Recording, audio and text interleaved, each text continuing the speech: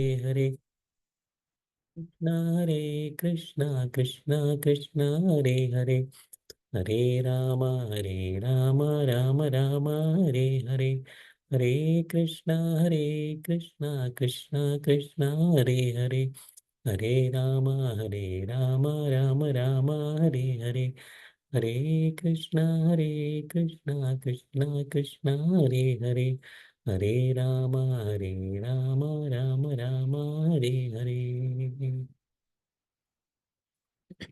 ஹரே கிருஷ்ணா. அனைவருக்கும் இடையினிய காலை அல்லது மாலை வணக்கங்கள்.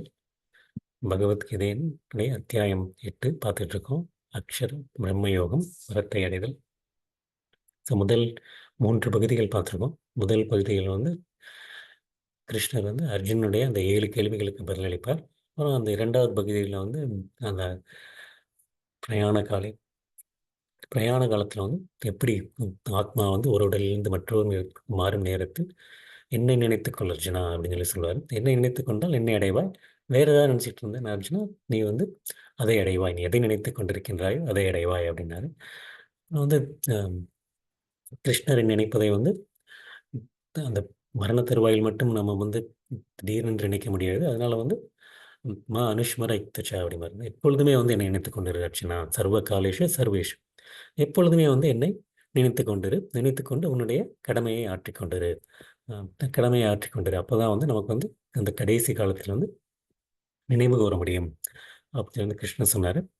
அப்புறம் அடுத்த பகுதியில் என்ன சொன்னார்னா, எப்படி சக்கர யோகம், யோக மிஸ்ர பக்தியை பற்றி சொன்னார். அதன் மூலமாக சக்கர யோகம் மூலமாக எப்படி கிருஷ்ணரை நினைவு கூறுவது. அதாவது நம்ம உடலில் 7 சக்கரங்கள் இருக்குது. அந்த சக்கரங்களின் மூலமாக அந்த ஒரு விதமான அஷ்டாங்க யோக பயிற்சி, அந்த பயிற்சியின் மூலமாக எப்படி நினைவு கூறுவது அப்படின்னு சொன்னார். அப்புறம் என்னென்ன மாதிரி நினச்சிக்கலாம் கிருஷ்ணரை எல்லாம் அறிந்தவர், பழமையானவர், கட்டுப்படுத்தவர், அனுபவை விட சிறியவர், எல்லாவற்றையும் பராமரிப்பவர், எல்லா பௌதிக கருத்துக்களுக்கும் அப்பாற்பட்டவர், புரிந்து கொள்ள முடியாதவர், ரூபமுடையவர், சூரியனை போன்று பிரகாசமானவர், இயற்கை கடந்த உத்தமானவர். அந்த மாதிரி பலவிதமாக என்னை நினைத்து கொண்டு நீ தியானம் செய்யலாம். கிருஷ்ணன் ஒரு 9 முறையில் எவ்வாறு என்னை நினைத்து கொண்டு தியானிக்கலாம் அப்படின்னு சொன்னார். அப்புறம் எப்படி அந்த சக்கர யோகம் என்ன மாதிரி பண்ணுறது, அந்த உயிர் மூச்சு, அந்த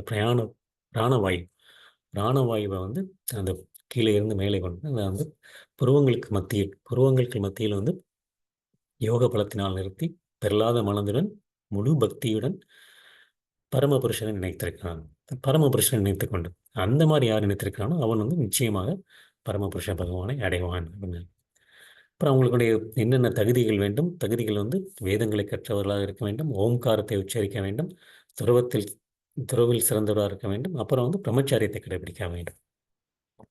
இந்த மாதிரி 4 விஷயங்களை பின்பற்றினால் அந்த மாதிரி இருக்கவங்க பிரம்மனில் நுழைகின்றனர் அப்படின்னு, பிரம்மனில் நுழைகின்றனர். அப்புறம் அது மட்டும் இல்லை, அதை தொடர்ந்து சொல்கிற என்ன பண்ணுறோம், புலன்களிலிருந்து எல்லா புலன்களையும் கதவுகளை மூட வேண்டும். எல்லா புலன்களையும் புலனுணர்ச்சி பொருட்களிலிருந்து விலக்கி கொண்டு கிருஷ்ணரை மனதில் நிறுத்த வேண்டும். மனதையும் இதயத்திலும் உயிர் மூச்சை தலை உச்சியிலும் நிறுத்த வேண்டும் அப்படிங்கிறார். தலை உச்சியில் ஒருத்தர் யோகத்தில் தன்னை நிலைநிறுத்துகின்றான். தலை உச்சியில் நிறுத்தி அந்த மாதிரி இருந்ததுக்கப்புறம் கொண்டு வந்ததுக்கப்புறம் அர்ஜுனா அந்த மாதிரி இருந்தால் நீ அந்த சக்கர யோகத்தை பயிற்சி செய்ய வேண்டும் அப்படின்னு. அப்புறம் அந்த யோக பயிற்சியை நிலைநிற்று தலை வரைக்கும் கொண்டு வந்ததுக்கப்புறம் ஓம் என்ற புனித பிரணவத்தை உச்சரித்து பரமபுருஷ பகவானாக என்னை எண்ணிக்கொண்டு உடலை விடுபவன் நிச்சயமாக ஆன்மீக கிரகங்களை அடைவான், அப்படின்னு சொல்லி கிருஷ்ணன் போன பகுதியில் முடித்தார். எப்படி சக்கர யோகம் மூலமாக கொண்டு வர்றது அப்படின்னு யோக மிஸ்ர பக்தி. யோக மிஸ்ர பக்தி அப்படின்னு நம்ம சொல்லுவோம். அந்த யோக மிஸ்ர பக்தினா அந்த பக்தியுடன் அந்த கலப்பு இருக்கிறது. நம்ம அந்த 3 விதமான பக்தி பார்த்தோம். குணிபூத்த பக்தி, பிரதானிபூத்த பக்தி மற்றும் கேவல பக்தி. அந்த பிரதான புத்த பக்தியில் ஏதாவது ஒரு கலவை இருக்கின்றது. கர்மயோகமோ, ஞான யோகமோ, இல்லாட்டி தியான யோகமோ, அந்த 3லையும் கலந்துருக்கும் போது அதான் உங்களுக்கு அதை நம்ம அந்த கர்ம யோகத்தில் பார்த்தோம். முன்னாடி போன அத்தியாயத்தில் பார்த்தோம். மோட்சத்தை வருமா கூட அது கூட ஒரு மிஷ்ரம் தான். அதில் வந்து ஒரு கலப்படம் இருக்கு. ஏன்னா வந்து நமக்கு ஒரு மோட்சம் கிடைக்கணுங்கிற ஒரு அந்த ஒரு இது இருக்கு. உயர்ந்த நிலை தான் அது. மோட்சம் கிடைக்கணுங்கிற விரும்புறது தவறில்லை. ஆனாலும் அதில் ஒரு கலப்படம் இருக்கின்றது. அது வந்து கேவல பக்தி ஆகிவிட முடியாது. கேவல பக்தி ஆக முடியாது. கேவல பக்தி கேவல பக்திங்கிறது வந்து அதனால வந்து எப்படி வந்து என்னை நினைத்து நினைவு கூர்வது தூய பக்தி. தூய பக்தியின் மூலமாக எப்படி நினைவு கூர்வது அப்படிங்கிறத வந்து கிருஷ்ணன் வந்து சொல்லப்படுறார். அந்த மாதிரி தூய பக்தியினுடன் நினைவில் நினைவில் நினைவு கொண்டிருப்பவர்கள் அவங்க அடையக்கூடிய இடம் என்ன? அவங்க இடக்கூடிய இடம் என்ன? ம். அதனால வந்து எந்த ஒரு யோகனாலும் சரி, நம்ம வந்து கர்ம யோகம்னாலும் சரி, ஞான யோகம்னாலும் சரி, தியான யோகம், இல்லாட்டி ஹத யோகம், நம்ம வந்து சச்சக்கர யோகம், இந்த மாதிரி எந்த ஒரு யோகம்னாலும் சரி, கண்டிப்பாக பக்தி வேண்டும். ஏன்னா அதான் கிருஷ்ணன் வந்து எல்லாத்துலையும் என்ன சொன்னார், என்னை நினைத்துக் கொண்டு உயிரை விட வேண்டும், என்னை நினைத்துக் கொண்டு உயிரை விட வேண்டும் அப்படிதான் சொன்னாரே தவிர, நீ பாட்டுக்கு வேற எதாவது நினைச்சிட்டு உயிரை விடலாம், எதையா நினைச்சிட்டு உயிரை விடலாம், அந்த மாதிரி சொல்லல கிருஷ்ணர். சச்சங்கர யோகத்தில் மேலே கொண்டு வந்தாலும் என்னை தியானித்து ஓம் பிரணவ மந்திரத்தை சொல்லிக்கொண்டு அதுக்கப்புறம் உயிரை விடணும் அப்படின்னு தான் சொன்னாரே தவிர, ஏதாவது நினைத்துக் கொண்டு உயிரை விடணும் சொல்லலாம். பக்திங்கிறது வந்து கண்டிப்பாக எந்த ஒரு யோக நிலையை எடுத்துக்கொண்டாலும் அவசியம். இப்போ வந்து எப்படி வந்து பக்தி தொண்டில் தொடர்ந்து ஈடுபடுவதன் மூலம் கிருஷ்ணரை தவறாமல் நினைந்து கொண்டவர் அவர் வந்து எங்கு போறாரு, எங்கு போறாரு, எப்படி வந்து அடைகின்றார். ஏன்னா வந்து அர்ஜுனனுக்கு வந்து ஏற்கனவே போன போன அத்தியாயத்திலே தியான யோகத்தை சொல்லும்போது வந்து அர்ஜுன் கிருஷ்ணா நான் வந்து வீசும் காற்றை கூட கட்டுப்படுத்திடுவேன். ஆனால் வந்து என்னை மனதை கட்டுப்படுத்த முடியல அப்படிங்கிற உடனே அதுக்கு வந்து கிருஷ்ணன் சொல்லுவார், ஆமாம் அர்ஜுனா கஷ்டம்தான் ஆனாலும் முடியும் அப்படின்னு சொல்லி சொல்லுவார். கிருஷ்ணன் வந்து நிராகரிக்க மாட்டார், கஷ்டம்தான் ஒத்துக்கிடுவார், ஆனாலும் முடியும் பாரு என்ன சொல்லுவார், அபியாசா மற்றும் வைராக்கியம், பயிற்சி மற்றும் உறுதி, ம், இரண்டும் வேண்டும் அப்படின்னு மாதிரி சொன்னார். இப்போ வந்து அதனால வந்து அதை வந்து சொன்னார். இப்போ வந்து அடுத்து வந்து அந்த கேவல பக்தியை பற்றி கிருஷ்ணன் என்ன சொல்றாரு அப்படிங்கிறத வந்து இன்னைக்கு பார்க்க போகிறோம்.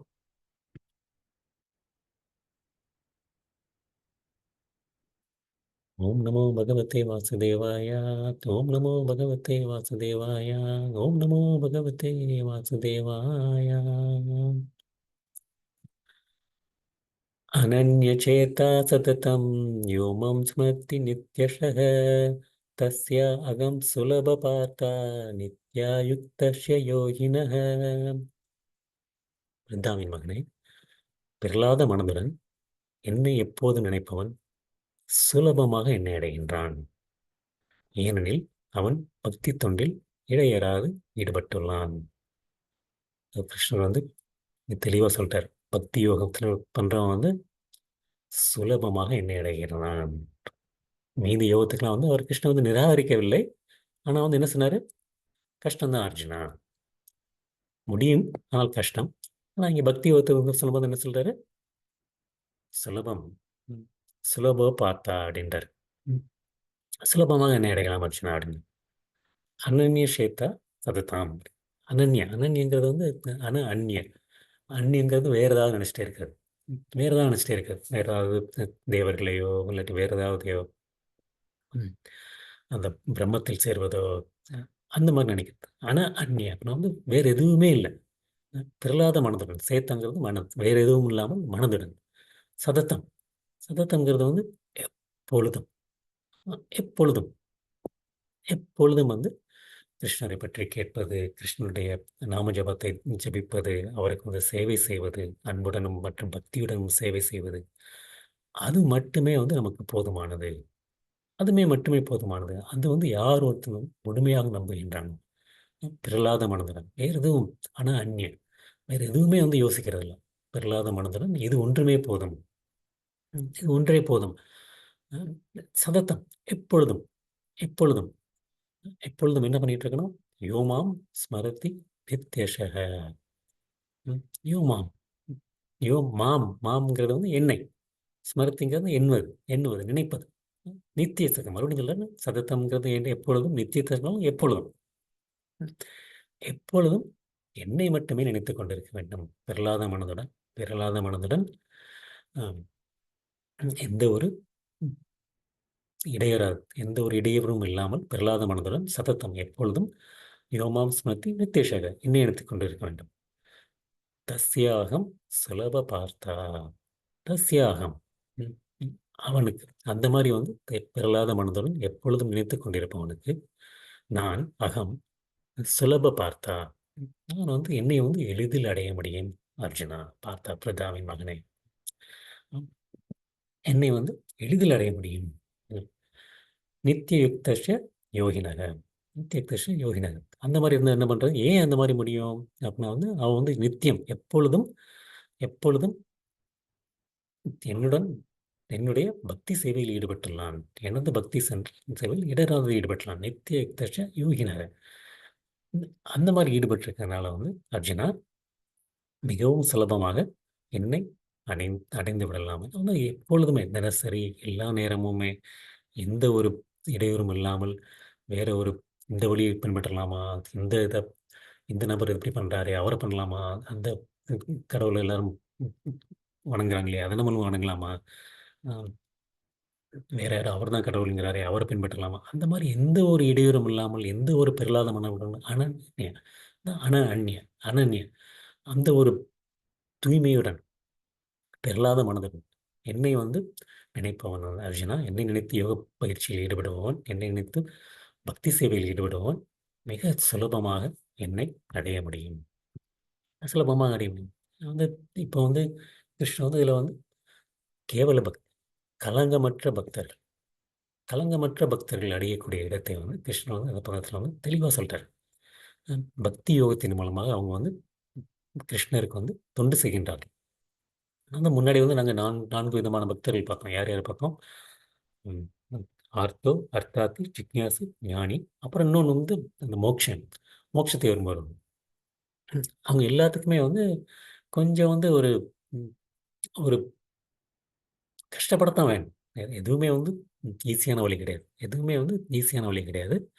ஆனா வந்து அவங்க வந்து அந்த கர்மயோகத்தில் வந்து ஈடுபட்டிருக்கவங்க வந்து கொஞ்சம் வந்து அவங்களுக்கு வந்து அந்த எப் அந்த எனக்கு வந்து அந்த எனக்கு தான் வேண்டும், எனக்கு வேண்டும், எனக்கு வேண்டும் அப்படின்னு அந்த உரிமையானது. அந்த உரிமை கொட்டுப்பாட்டு இருக்கு. இப்ப இந்திரன், பிரஜாதிபதி அவங்கலாம் பார்த்தா எனக்கு வேண்டும், எனக்கு வேண்டும்ங்கிற அந்த உரிமை கொண்டாட வேண்டும் கொண்டிட்டு இருந்தாங்க. அப்புறம் ஞானிகள் ஞானிகள் என்ன பண்ணாங்க, இந்த சௌபரி முனி அவங்க வந்து என்ன பண்ணாங்க, அந்த ஞானத்தால் வந்து அந்த பிறப்பு இறப்பு சக்கரத்தில் இருந்து விடுபட்டு பிரம்மத்தில் கலக்க வேண்டும் அப்படிங்கிற ஒரு ஆசை இருந்தது.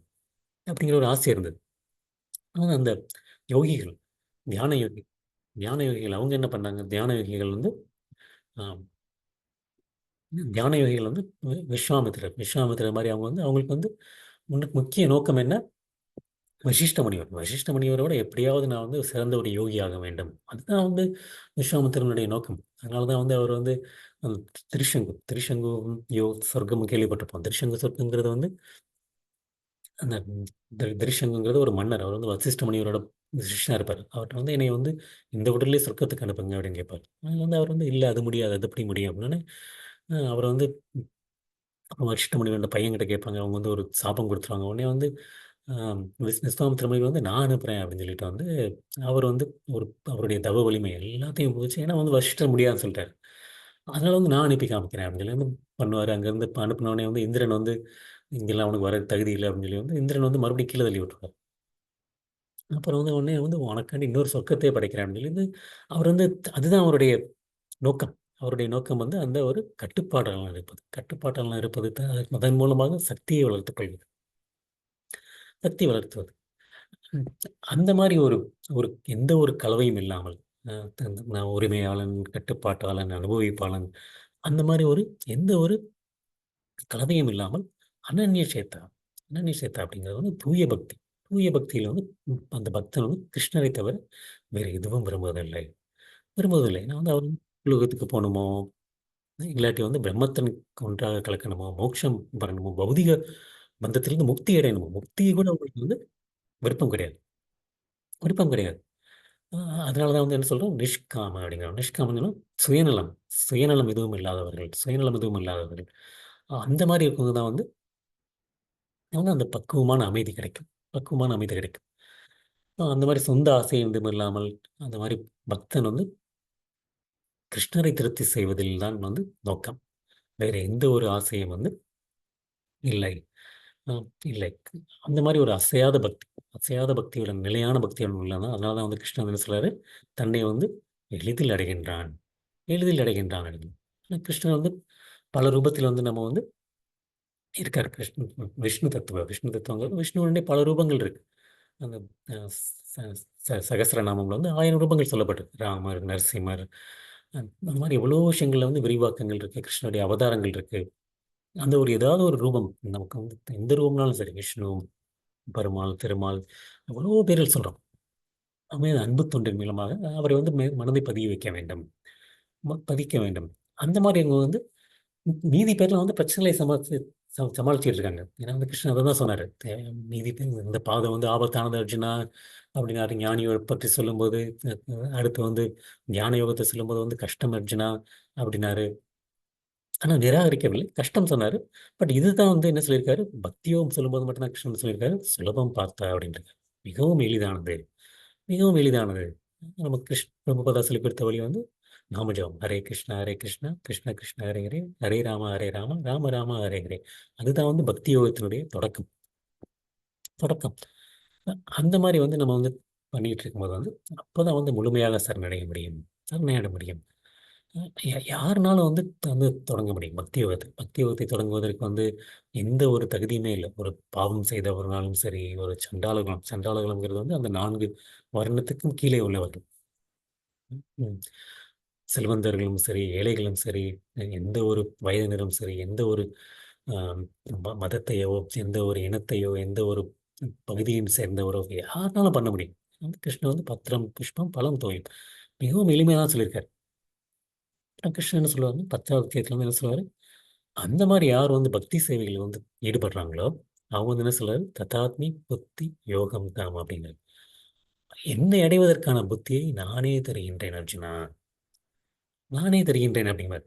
என்னை அடைவதற்கான புத்தியை யார் வந்து பக்தி யோகத்தில் தொடங்குகின்றார்களோ அந்த பக்தி யோகத்தை தொடங்குவதற்கு வந்து 10வது அத்தியாயத்துல கிருஷ்ணர் சொல்றார், அவங்களுக்கு வந்து தேவையான பக்தியை நானே தேவையான புத்தியை நானே தருகின்றேன் அப்படிங்கிறார் கிருஷ்ணர்.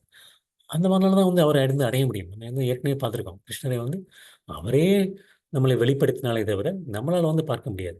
அப்போ வந்து எப்போ வந்து வெளிப்படுத்துவேன் அப்படிங்கிறது வந்து கிருஷ்ணர் சொல்றாரு. எப்போ வந்து பக்தி யோகம் தொடங்கும் போது வந்து அந்த புத்தியை நானே கொடுக்கின்றேன்.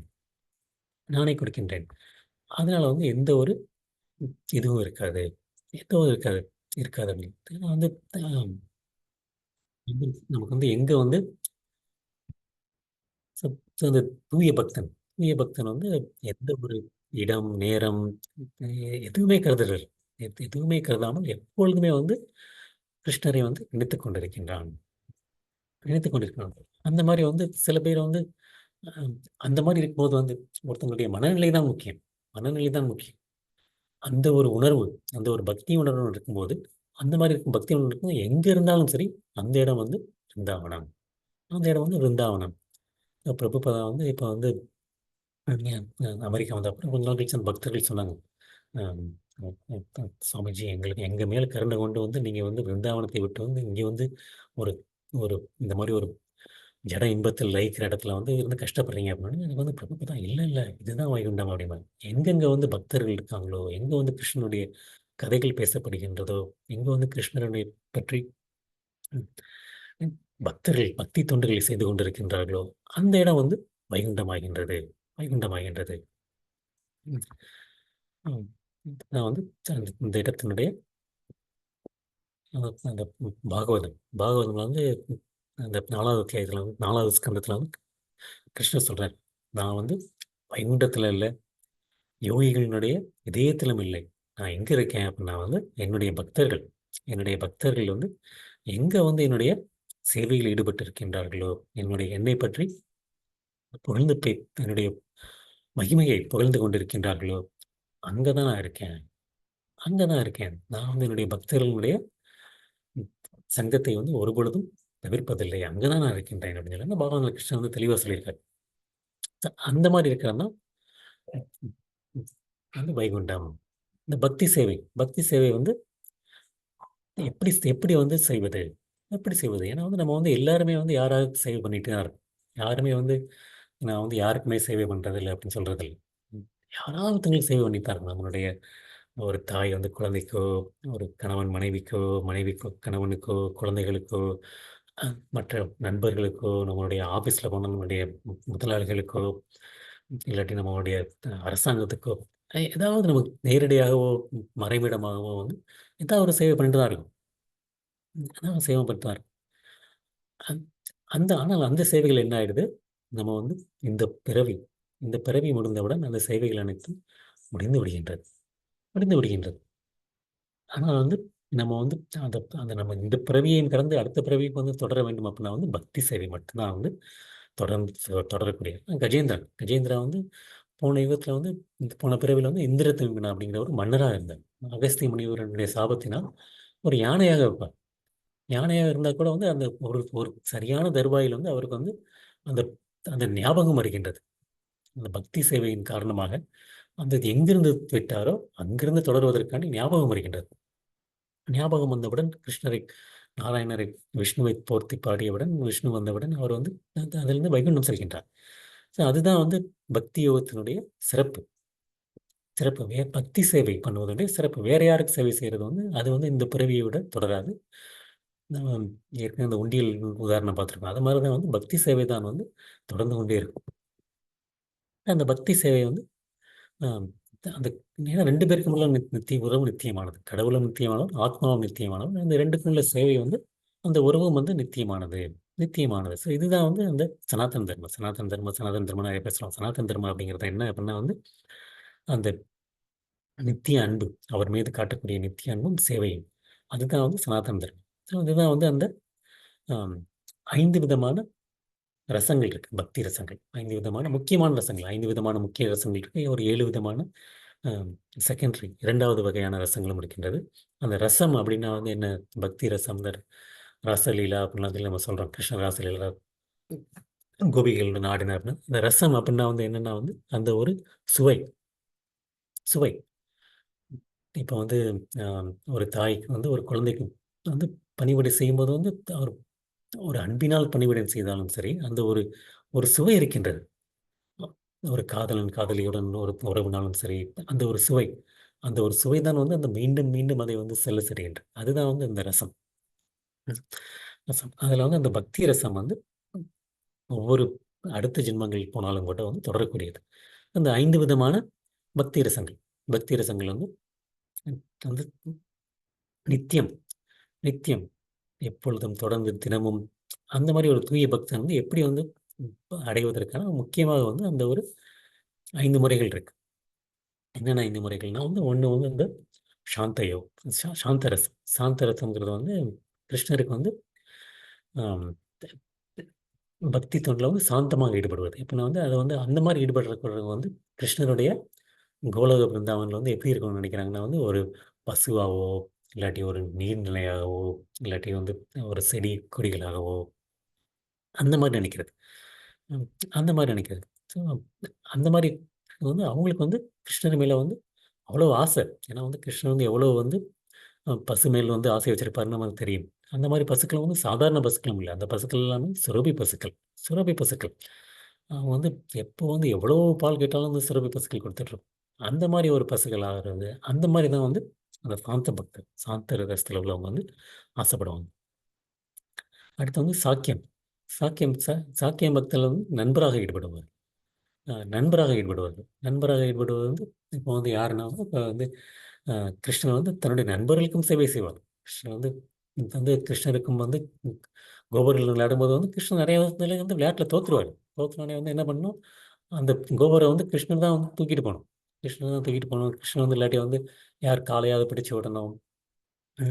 அந்த மாதிரி தான் வந்து கிருஷ்ணர் வந்து பக்தர்களுக்கு வந்து நண்பராக ஈடுபடும்போது அந்த அளவுக்கு ஈடுபட்டுக்கிட்டு இருந்தார். ம்.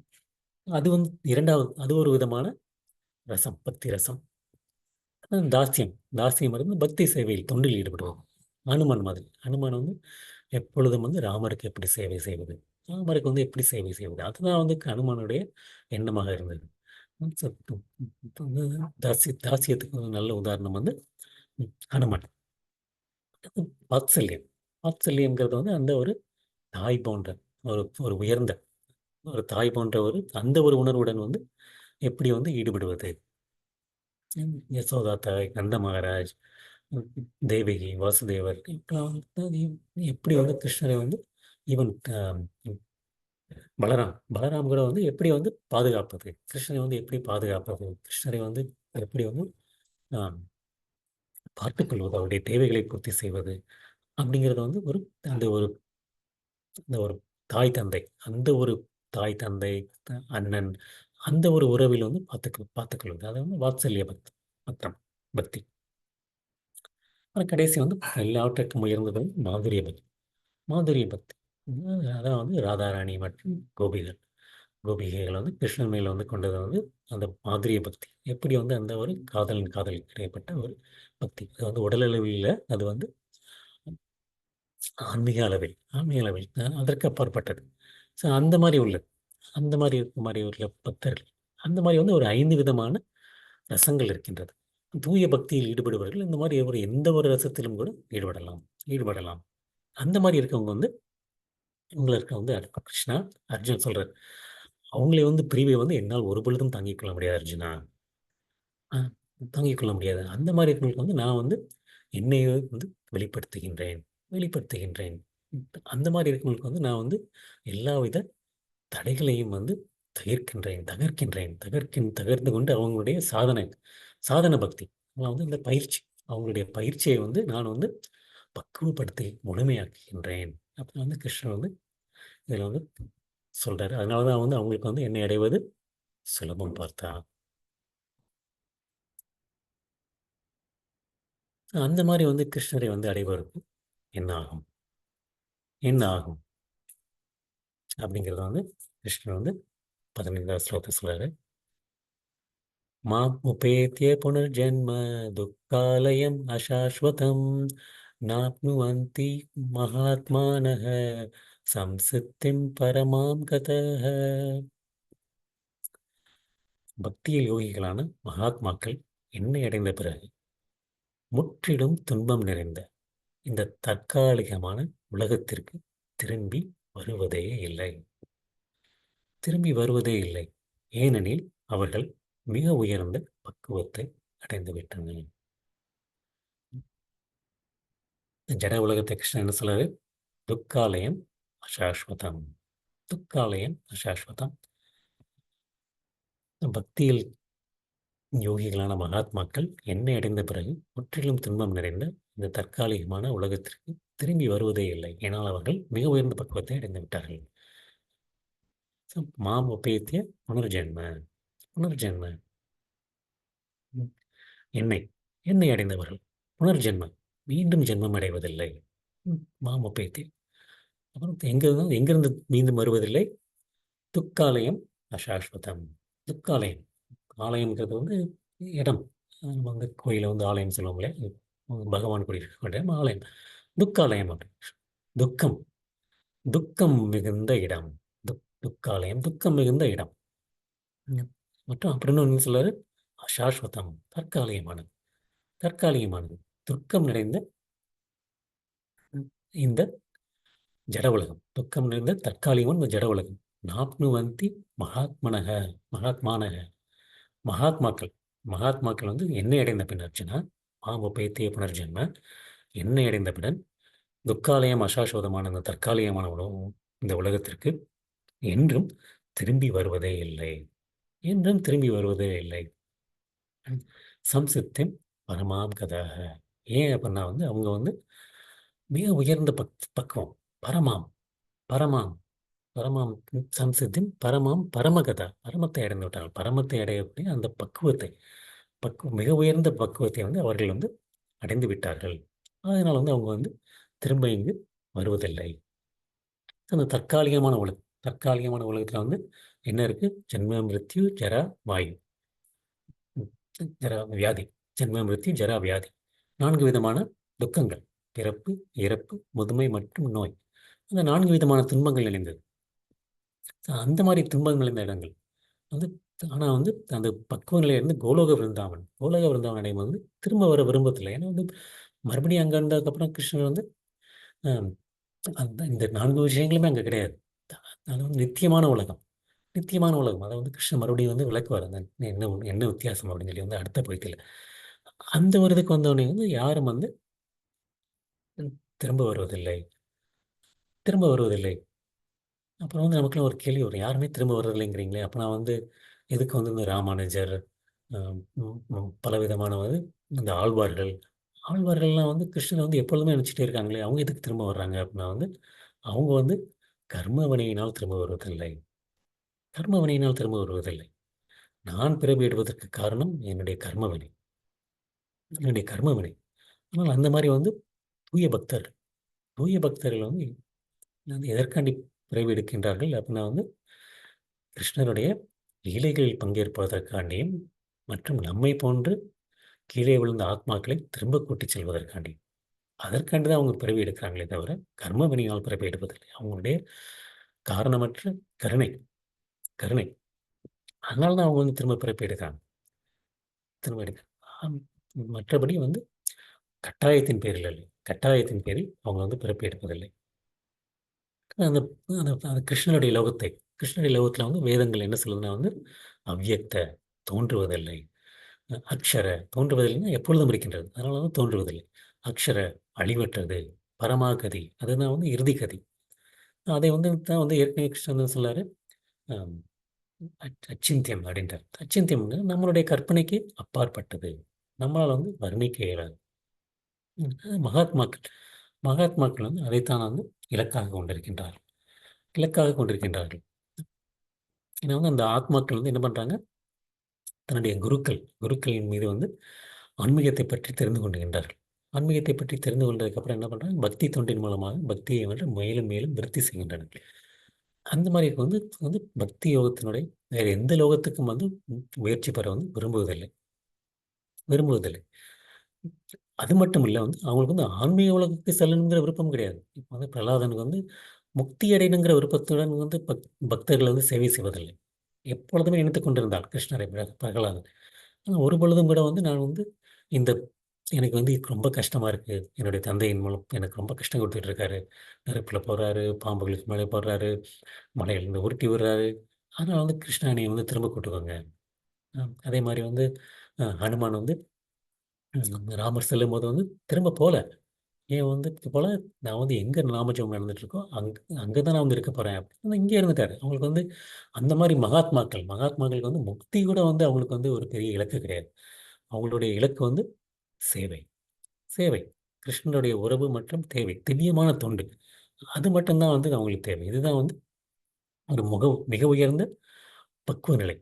பக்குவ நிலை. அதான் வந்து கிருஷ்ண உணர்வுள்ள பக்தர்கள் அடையக்கூடிய விருப்பம் விருப்பம். கிருஷ்ணர் வந்து இப்ப வந்து என்ன சொன்னாரு? என்னுடைய என்னுடைய திருநாட்டுக்கு வருபவன் வந்து இந்த துக்காலயம் சாஸ்வதம் இருக்கக்கூடிய ஜட ஜட உலகத்துக்கு திரும்ப வருவதே இல்லை. திரும்ப வருவதே இல்லை. சரி இப்போ வந்து அங்க வராம வேற இடத்துக்கு எங்கேயாவது போனா என்ன ஆகும்? கிருஷ்ணருடைய லோகத்துக்கு போனாம வேற இடத்துக்கு போனா என்ன ஆகும்? அப்படிங்கிற மாரி அடுத்த ஸ்லோகம் சொல்லுங்க.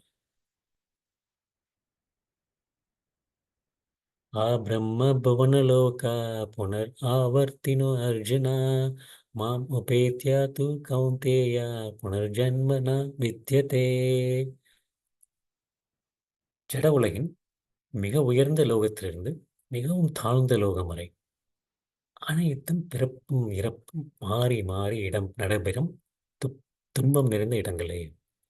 ஜட உலகின் மிக உயர்ந்த லோகத்திலிருந்து மிகவும் தாழ்ந்த லோகம் வரை அனைத்தும் பிறப்பும் இறப்பும் மாறி மாறி நடைபெறும் துன்பம் நிறைந்த இடங்களே. ஆனால் குந்தியின் மகனே, என்னை என்னுடைய இடத்தை அடைபவன் என்றும் மறுபிறவி அடைப்பதில்லை. என்றும் மறுபிறவி அடைவதில்லை. ஆ பிரம்ம அவனுலோக பிரம்மலோகம் வரைக்கும். பிரம்ம பூர்ணலோகம். பிரம்மலோகம் வரைக்கும். இந்த ஜட உலகத்தில் மிக உயர்ந்த லோகம் வந்து பிரம்மலோகம். பிரம்மலோகம் வரைக்கும் உள்ள லோகங்கள். அர்ஜுனா, புனர் ஆவர்த்தினோ அர்ஜுனா. அங்க வரைக்கும் போனா கூட வந்து மீண்டும் திரும்பி விடுவாய். மீண்டும் திரும்பி விடுவாய். ஜட உலகின் மிக உயர்ந்த லோகத்திலிருந்து மிகவும் தாழ்ந்த லோகம் வரை அனைத்தும் பிறப்பும் இறப்பும் மாறி மாறி நடைபெறும் துன்பம் நிறைந்த இடங்களே. புனர் ஆவர்த்தினோம். மீண்டும் வந்துருவார் அர்ஜுனா. மாமுபத்தியேத்து கௌந்தேயா. ஆனால் என்னை அடைந்தால் புனர்ஜென்ம நான் வித்தியதே. புனர்ஜென்மம் மறுபிறவி மறுபிறவி நான். என்று கிடையாது அர்ஜுனா. நித்தியத்தை எடுக்க வேண்டியதில்லை, மறுபிறவி எடுக்க வேண்டியதில்லை. என்ன அடைந்து விட்டலாம் அர்ஜுனா, மறுபிறவி எடுக்க வேண்டியதில்லை. மீது எந்த லோகங்கள் எடுத்தாலும் சரி, மீது எந்த லோகங்கள் எடுத்தாலும் சரி, பிறப்பு இறப்பு மாறி மாறி நடைபெறும் துன்பம் நிறைந்த இடங்கள் தான். துன்பம் நிறைந்த இடங்கள் தான். அது வந்து ம், ம், 14 லோகங்கள் இருக்கு. 14 லோகங்கள் இருக்கு. நம்ம இருக்கக்கூடிய இடம் வந்து பூர்லோக. பூர்லோகத்துக்கு மேலே புவரலோக, சொர்க்கலோக, மகரலோக, ஜனலோக, தபலோக, சத்தியலோக. அதே மாதிரி கீழே வந்து அத்தால, வித்தால, சுத்தால, தத்தால, மகாத்தால, ரசாத்தால, பாத்தால. இந்த லோகங்கள் 14 லோகங்கள். 14 லோகங்கள்ல அர்ஜுனா, நீ எங்க இருந்தா கூட சரி, சத்தியலோகம் சென்றாலும் சரி, சொர்க்கலோகம், மகரலோகம், ஜனகலோகம், எந்த லோகம் சென்றாலும் சரி, மறுபடியும் வந்து பிறப்பு உண்டு. பிறப்பு இறப்பு உண்டு. எப்படி வந்து நம்ம வந்து மேலே செல்கின்றோமோ அதே போல் கீழே வந்து விடுவோம். ம். அந்த ஃப்ரீஸ்வில் அந்த அந்த அந்த ராட்டினம் இருக்கு இல்லையா, சித்திர ராட்டினம். மேலே போவோம், கீழே வரும், மேலே போவோம், கீழே வரும். மாறி மாறி மாறி மாறி வந்துட்டே தான் இருக்கும். ம். அதுக்கான யஜ்யங்களும் இருக்கு. பக்ஷாக்னி பக்ஷாக்னி வித்யா யாகம் அப்படிங்கிற ஒரு யாகம். அதை பண்ணால் வந்து பிரம்மலோகத்துக்கு கூட அடைய முடியும். அதெல்லாம் வேதங்களில் சொல்லப்பட்டிருக்கு. அந்த பிரம்மலோகம் சென்றாலும் சரி, அந்த பிரம்மலோகத்தில் இருந்தால் கூட வந்து ம், மறுபடியும் வந்து கிருஷ்ண உணர்வை வந்து அங்கிருந்து வந்து வளர்த்து கொள்ளாவிட்டால் மீண்டும் கீழே தான் விழ வேண்டும். எந்த லோகம் சென்றாலும் சரி, கிருஷ்ண உணர்வை வளர்த்து கொண்டால் மேலே சென்று கொண்டே இருக்க முடியும். கிருஷ்ண உணர்வை வளர்க்காமல் அங்கு வந்து அனுபவிப்பது, நான் வந்து அங்கே வந்து ஜட உலகத்தில் அனுபவித்ததை விட, இன்பத்தை விட அங்கே வந்து பல மடங்கு இன்பங்கள் நம்மளால் நினைத்து கூட பார்க்க முடியாத இன்பங்கள் வந்து இந்த லோகங்களில் வந்து இருக்கின்றது. அந்த மாதிரி வாழ்நாள்களும் சரி, இன்பங்களும் சரி, ஹம், அந்த மாதிரி எவ்வளோ விஷயங்கள் இருக்கு. அந்த மாதிரில ஈடுபட்டு கொண்டு அந்த இன்பத்தில் லயித்துக் கொண்டிருந்தால் மறுபடியும் கீழே வர வேண்டியது. கிருஷ்ண உணர்வை வளர்த்து கொண்டால் மேலே செல்ல முடியும். இல்லாட்டி வந்து மறுபடியும் மறுபடியும் வந்து சுத்தி சுத்தி சுத்தி சுத்தி வந்து கொண்டே இருக்க வேண்டியதுதான். வந்து கொண்டே இருக்க வேண்டியதுதான். அதுதான் வந்து அந்த அந்த பக்தி நிலையை வந்து அடைய வேண்டும். கர்ம யோகினாலும் சரி, ஞான யோகினாலும் சரி, தியான யோகினாலும் சரி, அந்த பக்தி நிலையை அடையும் போது தான் வந்து மறுபடியும் வந்து கிருஷ்ணனுடைய இடத்தை சென்று அடைந்து திரும்பி வராமல் விட முடியும். திரும்பி வராமல் எடுக்க முடியும். வேற எல்லாத்தையும் எங்கே வந்தாலும் சரி, திரும்ப வரத்தான் செய்ய வேண்டும். வரத்தான் செய்ய வேண்டும். ஸோ அதுதான் வந்து ஆம், ஒரு பக்தி பக்தியில் ஈடுபட்டு கிருஷ்ண லோகத்திலிருந்து பிரம்ம லோகத்திலையும் அடையும் போது பிரம்மதேவர் இருக்கார். பிரம்மதேவர் வந்து முழுக்க முழுக்க வந்து அவர் வந்து கிருஷ்ணனுடைய சேவையில் தான் ஈடுபட்டிருக்காரு. பிரம்மதேவர் அவருக்கு என்ன ஆகும் அப்படின்னா வந்து அவர் வந்து அந்த மாதிரி உள்ளவங்க வந்து கிருஷ்ண உணர்வில் பயிற்சி செய்து கொண்டிருப்பவர்.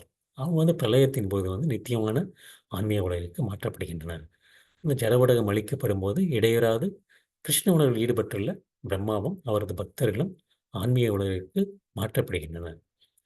மேலும் அவர்களது குறிப்பிட்ட விருப்பத்திற்கேற்ப குறிப்பிட்ட ஆன்மீக கிரகங்களை அடைகின்றனர். ஸோ அது மாதிரி பயிற்சியில் ஈடுபட்டிருக்கவங்க வந்து பிரளயத்தின் போது வந்து ஆன்மீக உலகை அடைகின்றார்களே தவிர வேறுபவர்கள் அடைவதில்லை. கிருஷ்ணன் வந்து அடுத்த பகுதியில் வந்து இந்த பிரளயத்தை பற்றிலாம் சொல்லுவார். அடுத்த பகுதியில் வந்து கிருஷ்ணன் வந்து பௌதீக உலகத்திற்கும் ஆன்மீக உலகத்திற்கும் உள்ள வேறுபாடு என்ன, வேறுபாடு என்ன, வேறுபாடு என்ன அப்படின்னு சொல்லுவார். அதாவது கிருஷ்ணன் வந்து ஆம், என்ன சொன்னார்னா வந்து இந்த இந்த பார்த்த 2 ஸ்லோகங்கள், 5வது ஸ்லோகத்திற்கும் 15வது ஸ்லோகத்துக்கும் ஒரு உணர்வு. 5வது ஸ்லோகத்தில் என்ன சொன்னார், அந்த காலே சாமைவ ஸ்மரன் முக்துவா கலைவரம் அப்படின்னு சொல்லி சொன்னார். யார் யார் வந்து அந்த கடைசி நேரத்தில் என்ன நினைக்கின்றார்களோ அப்படின்னு சொல்லி சொன்னார், என்ன அடைகின்றார்கள். அதான் இது என்ன சொல்றாரு, என்னுடைய என்னுடைய லோகத்தை அடைந்தால் இது உனக்கு வந்து திரும்ப வந்து திரும்ப திரும்ப வந்து பிறவி எடுப்பதில்லை, மறுபிறவி எடுப்பதில்லை அப்படின்னு சொல்லி சொல்றாரு கிருஷ்ணன். என்னை அடைவான்னு சொன்னார் 5வது ஸ்லோகத்தில். என்னை பற்றி நினைத்து கொண்டு உயிரை விடுபவன் என்னை அடைவான், என்னை அடைபவன் மறுபிறவி எடுப்பதில்லை அப்படின்னு சொல்லி 15வது ஸ்லோகத்தில் சொன்னார். அப்புறம் 6வது ஸ்லோகத்தில் எம்எம்பாபி ஸ்மரன் பாவம் தெஜித்தே அந்தே கலைவரம். எந்தெந்த நினைவில் வந்து நம்ம உயிரை விடுறோமோ அந்த இதை வந்து அடையப் போகின்றோம் அப்படின்னாரு. அடையப் போகின்றோம் அப்படின்னாரு. அப்புறம் 16வது ஸ்லோகத்தில் என்ன சொன்னார், அந்த மாதிரி என்னை தவிர வேறு எதையும் அடைந்தாலும் மீண்டும் வந்து பிறவி எடுக்கத்தான் வேண்டும். மீண்டும் பிறவி மறுபிறவி எடுக்கத்தான் வேண்டும். ஏன்னா வந்து பிரம்மலோகத்திலிருந்து ஆ பிரம்ம பூனலோக புனர் ஆவர்த்தினம் அர்ஜுனா. மீண்டும் மீண்டும் வந்து பிரம்ம வந்து எடுத்துக்கொண்டு தான் இருக்க வேண்டும். எடுத்துக்கொண்டு தான் இருக்க வேண்டும். ஸோ இந்த ஜட உலகத்தில் மிக உயர்ந்த ஜட உலகத்தில் வந்து பிரம்மலோகம் வரைக்கும் பாதாள உலகம் வரைக்கும் திரும்ப திரும்ப பிறப்பு எடுத்துக்கொண்டு தான் இருக்கும். ஆனால் வந்து என்னுடைய இடத்தை அடைபவன் மறுபிறவை எடுப்பதில்லை அப்படின்னு. ஸோ இப்போ இந்த பகுதி 17லேருந்து 22 வந்து முதல்ல ஒரு 3 ஸ்லோகங்கள் 17லேருந்து 19 ஸ்லோகங்கள் வரைக்கும் கிருஷ்ணர் வந்து எப்படி வந்து திரும்ப மாறி மாறி மாறி வந்து பிறப்பு எடுத்து கொண்டிருக்கின்றோம் அதை பற்றி சொல்ல போகிறாரு. அடுத்து 20 22 வந்து அந்த 3 ஸ்லோகங்களில் வந்து அவருடைய ஆன்மீக உலகினுடைய சிறப்பு அதை பற்றி சொல்ல போகிறார். 7வது ஸ்லோகம் பார்ப்போம்.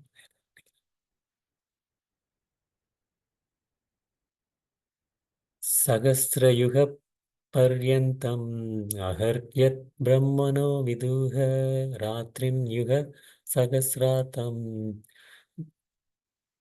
தேஹோராத்திர விதோ ஜனஹ.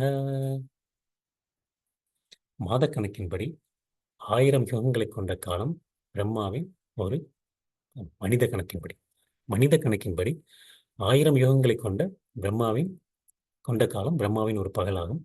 அவரின் இரவின் காலமும் அதே போன்று நீண்டதே. மனித கணக்கின்படி 1000 யுகங்களை கொண்ட காலம் பிரம்மாவின் ஒரு பகலாகும். அவரது இரவின் காலமும் அது போன்று நீண்டதே. இப்போ வந்து பிரம்மாவினுடைய ஆயுட்காலம் என்ன, ஆயுட்காலம் என்ன அப்படிங்கிறத வந்து கிருஷ்ணர் வந்து இந்த ஸ்லோகத்தின் மூலமாக சொல்கின்றார்.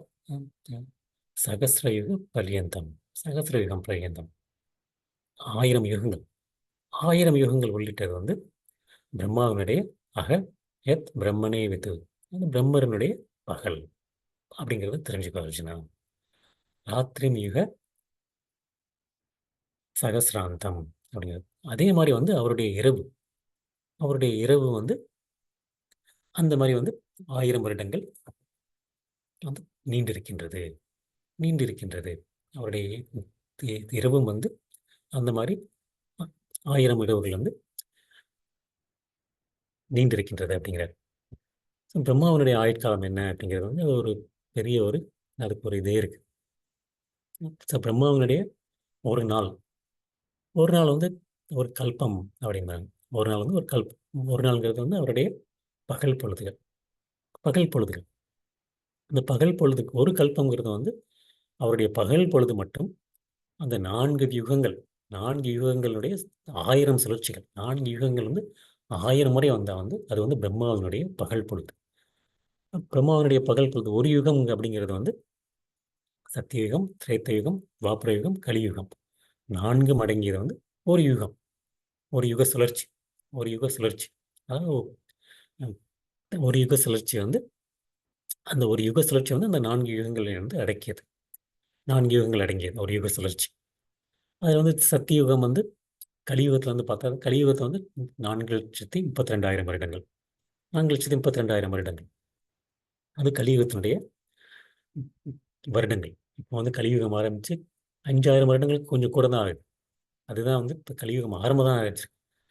அதுக்கடுத்து துவாபர யுகத்தில் வந்து கலியுகத்தையோட 2 மடங்கு 8,64,000 வருடங்கள். திரேத்த யுகம், திரேத்த யுகம் வந்து 12,96,000 வருடங்கள். சக்தி யுகம் வந்து 17,22,000 வருடங்கள். கலியுகத்திலிருந்து 2 மடங்கு துவாபரம், 3 மடங்கு திரேத்த, 4 மடங்கு வந்து சத்தியுகம். அதுதான் வந்து ஒரு யுகத்தினுடைய சுழற்சி, சுழற்சி 4 யுகங்களுடைய அந்த மாதிரி ஒரு ஒரு யுகத்தினுடைய சுழற்சி மாதிரி 1000 இலட்சம் சுழற்சிகள் வந்து பிரம்மாவனுடைய ஒரு கல்பம். அது அவருடைய பகல் பொழுது, பகல் பொழுது. மனிதர்களுக்கு வருடங்களுக்கும் தேவர்களுடைய வருடங்களுக்கும் பண்ணி விட்டாங்க. சொர்க்கலோகத்தில் இருந்தவங்க, சொர்க்கலோகத்தில் இருந்தவங்க மனிதர்களுடைய ஒரு நாள், ஒரு நாள் வந்து மனிதர்களுடைய ஒரு நாள், பகலும் இரவும் சேர்ந்த ஒரு நாள் மனிதர்களுடைய ஒரு நாள், தேவர்களுடைய ஒரு நாள், சாரி தேவர்களுடைய ஒரு நாள், தேவர்களுடைய பகலும் இரவும் சேர்ந்த ஒரு நாள் மனிதர்களுடைய ஒரு வருடம், ஒரு வருடம். அந்த மாதிரி தேவர்களுடைய ஒரு வருடம் வந்து 360 மனித ஆண்டுகள். தேவர்களுக்கு வந்து ஒரு வருடம் வாழ்ந்தாங்கன்னா நம்ம வந்து 360 வருடங்கள் வாழ்ந்த மாதிரி, வாழ்ந்த மாதிரி. அந்த மாதிரி தேவர்களுடைய வருடங்களில் வந்து 12,000 வந்து 4 யுகங்களின் சுழற்சியை உருவாக்கின்றது. இதுதான் வந்து நமக்கு வந்து நமக்கு தேவர்களுடைய அந்த ஒரு 4 சுழற்சி, ஒரு 4 சுழற்சி. ஒரு 4 சுழற்சி ஆகிறதுக்கு வந்து எவ்வளவு நாள் ஆகுது அப்படின்னா வந்து 360 நாளாண்டுகள் மற்றும் 12,000 மனித ஆண்டுகள் சேர்ந்து நாலு நாலு 43,20,000 மனித ஆண்டுகள். 43,20,000 மனித ஆண்டுகள் இருந்தால் ஒரு சுழற்சி. ஒரு சுழற்சி. ஸோ இதுதான் வந்து இந்த மாதிரி 1000 சுழற்சிகள். 1000 சுழற்சிகள் வந்து பிரம்மாவினுடைய ஒரு நாள். அதே மாதிரி வந்து அவருடைய இரவு. இரவும் வந்து ரெண்டுமே வந்து 4 யுகத்தினுடைய சுழற்சிகளினுடைய 1000 சுழற்சிகள். அது வந்து பிரம்மாவினுடைய ஒரு நாள். அந்த மாதிரி வந்து பிரம்மா மொத்தம் ஆளக்கூடிய நாட்கள். மொத்தம் ஆளக்கூடிய நாட்கள் வந்து 3,11,04,1000 கோடி வருடங்கள். கோடி வருடங்கள். அதுதான் பிரம்மா வாழக்கூடிய வருடங்கள். பிரம்மாவனுடைய ஆயுட்காலம். ஸோ பிரம்மலோகம் போகிறவங்க வந்து அதுதான் வந்து அவங்களுடைய ஆயுட்காலம் வந்து அவ்வளோ ஒரு நீண்ட ஆயுட்காலம். அவ்வளோ ஒரு நீண்ட ஆயுட்காலம். அவ்வளோ ஒரு நீண்ட ஆயுட்காலம். சத்தியலோகத்தில் வந்து ஆம், அந்த இது பார்த்தா வந்து எப்படி இருக்குன்னா வந்து பார்த்தா வந்து சத்தியலோகம் ஆரம்பிக்கும் போது வந்து புண்ணியம், விவேகம், தர்மம் அதெல்லாம் வந்து சத்தியலோகத்தில் வந்து வந்து அதிகமாக அடிப்படையாக இருந்தது. சத்தியலோகத்தில் வந்து அறியாமையும் கிடையாது, பாவங்களும் கிடையாது. திரைத்த யுகத்தில் வந்து பாவங்கள் கொஞ்சமாக ஆரம்பிக்க ஆரம்பிச்சது. பாவங்கள் கொஞ்சமாக ஆரம்பிக்க ஆரம்பிச்சது. துவாபர யுகம். துவாபர யுகத்தில் வந்து ம், புண்ணியம், தர்மம் வந்து மேலும் சீர்குலைய ஆரம்பிச்சது. பாவங்கள் வந்து கூட ஆரம்பிச்சது. அந்த கலியுகம். கலியுகம் வந்து கிட்டத்தட்ட வந்து 5,6 வருடங்கள் ஆரம்பிச்சு கலியுகம். கலியுகத்தில் வந்து போர், அறியாமை, அதர்மம் மற்றும் பாவம் அதெல்லாம் வந்து அதிகரித்து கொண்டே இருக்கின்றது. புண்ணியம் புண்ணியம்ங்கிறது வந்து ஏறக்குறைய வந்து அழிந்து விட்டது. அழிந்து விட்டது. அந்த கலியுகத்தினுடைய இறுதியில தான் வந்து போன வாரம் வந்து சஞ்சீவ் பிரபு கேட்ட மாதிரி வந்து கலியுகத்தினுடைய இறுதியில் இறுதியில் வந்து யார் தோன்றா? கல்கி அவதாரம். கல்கி பகவான் வந்து அவதாரம் எடுக்கின்றார். அவதாரம் எடுக்கும்போது வந்து கிருஷ்ணன் வந்து கல்கி அவதாரமாக எடுக்கும்போது வந்து மறுபடியும் வந்து அசுரர்களை அழித்து பக்தர்களை காத்து மீண்டும் வந்து சத்தியுகத்தை தொடங்குகின்றார். அஹ் நிறைய நாட்கள் இருக்கு. நம்ம வந்து இப்பயே வந்து இவ்வளோ கஷ்டமா இருக்கு அப்படின்னு சொல்லி நம்ம யோசிக்கிறோம். கல்கி அவதாரம் எடுக்கிறதுக்கு வந்து 4,32,000 வருடங்களில் வந்து ஒரு 5,200 300 வருடங்கள் போயிருக்கு. அவ்வளவு நாட்கள் இருக்கு. கிட்டத்தட்ட வந்து 4,27,000 ஆண்டுகள் இருக்கு. அவ்வளவு ஆண்டுகளுக்கு அப்புறம் தான் வந்து கல்கி அவதாரம் எடுக்கப்படுது. ஏன்னா வந்து கல்கி ஆம், எப்படி வந்து கலியுகம் வந்து சீர்குலைந்து கொண்டே போகும். கல் எப்படி வந்து ஒரு தாயை உண்ணும் அளவுக்கு வந்து கலியுகம் வந்து எப்படி வந்து இதாகிடும் சொல்லி வந்து பாகவத்தில் சொல்லப்பட்டிருக்கு. அஹ் அதுதான் வந்து கடைசி நிலை. இப்போ வந்து நம்ம வந்து கஷ்டம் நினைச்சிட்டு இருக்கோம். இப்போ வந்து நம்ம வந்து கலியுகத்தினுடைய அந்த கோல்டன் கோல்டன் பீரியட் அந்த அந்த அந்த ஒரு நம்ம இதில் இருக்கும். ஏன்னா வந்து சைத்தன்யா மகாபிரபு 500 வருடங்களுக்கு முன்னாடி தோன்றினார். சைத்தன்யா மகாபிரபு தோன்றி 10,000 வருடங்களுக்கு வந்து அது வந்து அந்த கோல்டன் பீரியட் அப்படிங்கிறாங்க. அதில் தான் நம்ம இருக்கோம். நம்ம இருக்கனால தான் அதுதான் நம்ம இருக்கக்கூடிய நிலைமை. அந்த அந்த ஒரு நிலையிலே வந்து நம்ம வந்து இவ்வளோ கஷ்டப்பட்டோம்னா வந்து நீங்கள் வந்து நினைத்து பார்க்கலாம் எப்படி இருக்குன்னு சொல்லி 4,00,000 ஆண்டுகளுக்கு அப்புறம். ஆஹ் அதுக்கு முன்னாடியே வந்து அதை வரைக்கும் பார்க்க அளவுக்கு நம்ம இருக்கணுங்கிறது நம்மளுடைய எண்ணமாக இருக்கக்கூடாது. எப்படி வந்து மறுபடியும் வந்து கிருஷ்ணரை வந்து அடைவது, கிருஷ்ணருடைய லோகத்தை வந்து எப்படி அடைவது, அதுதான் வந்து நம்மளுடைய நோக்கமாக இருக்கும். இதுதான் வந்து அதே அதே வந்து ஒரு படத்தின் நிலையில் அந்த மாதிரி வந்து 4 யுகங்கள் 4 யுகங்கள் சேர்ந்தது வந்து ஒரு திவ்ய யுகம். அந்த மாதிரி வந்து ஒரு 71 திவ்ய யுகம் 71 திவ்ய யுகங்கள் சேர்ந்தது வந்து ஒரு மன்வந்திரம். அந்த மாதிரி ஒரு மன்வந்திரங்கள் வந்து அந்த மாதிரி வந்து 14 வந்து மன்வந்திரங்கள் இருக்கு. 14 மனுக்கள் இருக்காங்க. அந்த 71 திவ்ய யுகங்கள் சேர்ந்தது வந்து ஒரு மனுவனுடைய காலம். ஒரு மனுவனுடைய காலம். அதனால 14 மனுக்கள் இருக்காங்க. அந்த 14 மனுக்களுடைய காலம் வந்து ஒரு பிரம்மாவினுடைய ஒரு நாள், ஒரு கல்பம். அது வந்து அவருடைய பகல் பொழுது. அது மாதிரி ஒரு இரவு பொழுதும் இருக்கு. அது எல்லாமே சேர்ந்தா ஒரு 311 ட்ரில்லியன், அது ஒரு கணக்கிட முடியாத அளவு ஆயுட்காலம். அதுதான் வந்து பிரம்மாவினுடைய ஆயுட்காலம். அந்த மாதிரி பிரம்மாவினுடைய ஆயுட்காலம் வந்து ரொம்ப ஒரு கணக்கிட முடியாதபடி ஒரு வினோதமான ஆயுட்காலம், முடிவில்லாத போல் தோன்றினால் கூட வந்து நித்திய வாழ்வு நித்திய வாழ்வு ஆன்மீக உலகத்தினுடைய நித்திய வாழ்வை வந்து ஒப்பிட்டு பார்க்கும்போது வந்து அது வந்து ஒரு மின்னலை போன்ற குறுகிய காலம்தான். மின்னலை போன்ற குறுகிய காலம்தான் அதுவும். குறுகிய காலம்தான். ஸோ வந்து அந்த மாதிரி எண்ணற்ற பிரம்மா, எண்ணற்ற பிரம்மதேவர்கள் வந்து அதாவது எப்படி கடல்ல உள்ள அந்த ஒரு நீர்க்குமிழி, நீர்க்குமிழி போல வந்து அஹ், அகிலாண்ட கோடி பிரம்ம நாயகம், கோடிக்கணக்கான பிரம்மாண்ட அண்டங்கள் தோன்றி மறைகின்றன. ஒவ்வொரு அண்டத்துக்குள்ளேயும் வந்து ஒரு பிரம்மதேவர் இருக்கார். அவர் வந்து அந்த மாதிரி தோன்றி மறைகின்றார். தோன்றி மறைகின்றார். நித்தியத்தை கம்பேர் பண்ணும்போது வந்து அதை வந்து நம்ம அடுத்த வாரங்களில் பார்க்க போகிறோம். எப்படி வந்து அஹ், தோற்றம் எப்படி வந்து இந்த உலகம் வருகின்றது. இது வந்து மகாவிஷ்ணு. மகாவிஷ்ணு வந்து ஒரு முறை மூச்சு மூச்சு காலம் தான், ஒரு மூச்சு காலம் தான் வந்து பிரம்மதேவருடைய ஆயுட்காலம். அது வந்து இவ்வளோ பெரிய ஆயுட்காலம் அப்படின்னா வந்து மகாவிஷ்ணு வந்து எவ்வளோ ஒரு சக்தி வாய்ந்தவர் இருக்க வேண்டும். மகாவிஷ்ணு தோன்றக்கூடிய அவர் வந்து அந்த புருஷ அவதாரம். அஹ் கிருஷ்ணனுடைய மூன்றாவது நான்காவது விரிவாக்கம் தான் வந்து மகாவிஷ்ணு. கிருஷ்ணனுடைய சக்தி வந்து என்ன மாதிரி இருக்க வேண்டும், என்ன மாதிரி இருக்க வேண்டும். அந்த பிரம்மலோகத்தை அடைந்தால் கூட சரி, சொர்க்கலோகத்தை அடைந்தாலும் சரி வந்து மறுபடியும் வந்து பிறவி வந்து எடுத்துத்தான் ஆக வேண்டும். மீண்டும் பிறவி எடுத்துத்தான் ஆக வேண்டும். அதுதான் வந்து கிருஷ்ணன் வந்து அடுத்த வர ஸ்லோகங்களை வந்து சொல்ல போறாரு.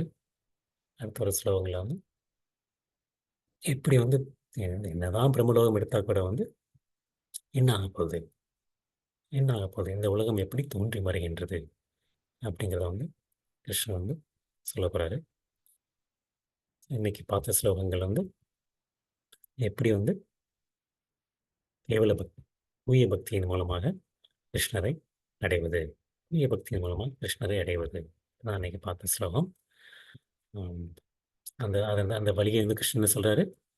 சுலபம் பார்த்த அனன்ய சேத்தா சததாம் யோமாம் ஸ்மிருதி நித்யேஷக தஸ்யாகம் சுலப பார்த்த நித்யாயுக்தர்ஷ யோகினக. யோகினக அனன்ய, எந்த ஒரு கலப்படமும் இல்லாமல் இல்லாத மனதுடன், சதத்தம் எப்பொழுதும், யோமாம் ஸ்மிருதி நித்யேஷக என்னை நித்தியமாக நினைத்துக் கொண்டிருக்கின்றது, நித்தியமாக இருக்கின்றது. அந்த மாதிரி இருக்கிறவரும் தஸ்ய அகம் என்னை அடைவது சுலபம் பார்த்தா, சுலபம் பார்த்தா. ஏன்? நித்திய யுக்தர்ஷ யோகினான். ஏன்னா வந்து அவன் பக்தி தொண்டில் இடையூறாக ஈடுபட்டுள்ளான். பக்தி தொண்டில் இடையராக ஈடுபட்டு கிருஷ்ணரை மட்டும் நினைத்துக் கொண்டு வேறு எந்த நினைத்திலும் நினைக்காமல் மனதை நினைத்தமோ, எப்பொழுதும் மனதை நினைத்தமோ கிருஷ்ணரை எவ்வாறு அடைய முடியும்? சுலபமாக அடைய வேண்டும். தற்சக்கர யோகம் செய்து கஷ்டப்பட்டு வேண்டியதில்லை. அஷ்டாங்க யோக பயிற்சி பண்ண வேண்டியதில்லை. 9 நிலையை அடைய வேண்டியதில்லை. அந்த பயிற்சிகள் இந்த கிருஷ்ணனுடைய பக்தியை வந்து அதிகரிப்பதற்கு உதவியாக இருந்தால் அதை வந்து பின்பற்றுவதில் தவறில்லை. ஆனால் வந்து கிருஷ்ணன் வந்து கஷ்டம் அப்படின்ட்டார். அஹ் நிராகரிக்கவில்லை கிருஷ்ணர், கஷ்டம் அப்படின்ட்டு. இதைத்தான் வந்து கிருஷ்ணன் சொல்லியிருக்காரு. சுலபம் பார்த்த, சுலபம் பார்த்த அப்படின்ட்டு. வந்து 5 விதமான ரசங்கள் பார்த்தோம். சாந்த ரசம், சாக்கிய ரசம், தாசிய ரசம், வாத்சல்ய ரசம், மாதுரிய ரசம், அந்த மாதிரி 5 விதமான முக்கியமான ரசங்கள் பார்த்தோம்.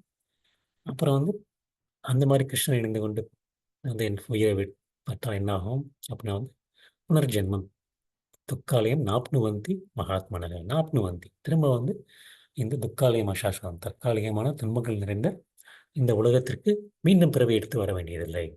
மீண்டும் பிறவி எடுத்ததில்லை. ஏன் அப்படின்னா வந்து அவங்க வந்து சம்சித்தின் பரமாம் கதா, வந்து அவங்க வந்து மிக உயர்ந்த பரமம், பரமகதம், மிக உயர்ந்த பக்குவத்தை அடைந்து விட்டார்கள். மகாத்மா, மகாத்மா நிலையை வந்து மகாத்மனக, மகாத்மானக, மகாத்மாவை வந்து ஆகிவிட்டார்கள். அந்த உயர்ந்த பக்குவத்தை அடைந்து விட்டார்கள். அந்த மாதிரி வந்து வந்து வராமல் வந்து வேறு ஏதாவது கிருஷ்ணனை நினைத்துக்கொண்டு கடைசி காலத்தில் உயிரை விட்டால் கிருஷ்ணனை அடைய முடியும். அந்த மாதிரி கிருஷ்ணனை அடைந்தவர் மீண்டும் திரும்புவதில்லை. வேறு ஏதாவது நினைத்துக்கொண்டு உயிரை விட்டால் அதை அடைகின்றோம். அந்த மாதிரி அடையவர்கள் மீண்டும் வர வேண்டும். பிரம்ம பவனலோக புனராவர்த்தினோ அர்ஜுன மாம் அபத்தியேத்து கௌந்தேய புனர்ஜென்ம ந வித்தியதே. ஜட உலகங்களுடைய மிக உயர்ந்த லோகம், பிரம்மலோகத்திலிருந்து தாழ்ந்த லோகம், பாத்தாள லோகம் வரைக்கும் அனைத்தும் பிறப்பும் இறப்பும் மாறி மாறி நடைபெறும் இடங்கள் தான், துன்பங்கள் நிறைந்த இடங்கள். ஆனால் குந்தியின் மகனே, என்னுடைய இடத்தை அறிபவன் மறுபிறவி அடைவதில்லை, மறுபிறவி அடைவதில்லை. ஏன்னா வந்து அந்த உலகத்தை அடையவங்களுக்கு வந்து நீண்ட ஆயுட்காலம் இருக்கலாம். இந்த பிரம்மருடைய ஆயுட்காலம் வந்து எவ்வளோன்னு பார்த்தோம். அதான் கிருஷ்ணன் வந்து சொல்ற பிரம்மருடைய ஆயுட்காலம் என்ன அப்படின்னு சொல்லி. நீண்ட ஆயுட்காலம் இருக்கலாம், அ இன்பத்தை அனுபவிக்க அதிகமான வாய்ப்புகள் இருக்கலாம். வாய்ப்புகள் இருக்கலாம். ஆனா வந்து மறுபிறவி எடுத்தாக வேண்டும். கிருஷ்ணர் அவர்கள் வந்து கிருஷ்ண பயிற்சியில் ஈடுபட்டிருந்தால், மீண்டும் பிறவி எடுக்காமல் இருக்க வாய்ப்பு இருக்கின்றது. இல்லாவிட்டால் வந்து இன்பத்தில் லயித்துக் கொண்டு, நீண்ட ஆயுளை வந்து அனுபவித்துக் கொண்டு, அந்த மாரி இருந்தா மீண்டும் வந்து பிறவி எடுத்துத்தான் ஆக வேண்டும். அதுதான் வந்து கிருஷ்ணர் அன்னைக்கு சொன்னத பார்த்தது. அடுத்த வாரத்தில வந்து மறுபடியும் வந்து நம்ம வந்து தொடருவோம்.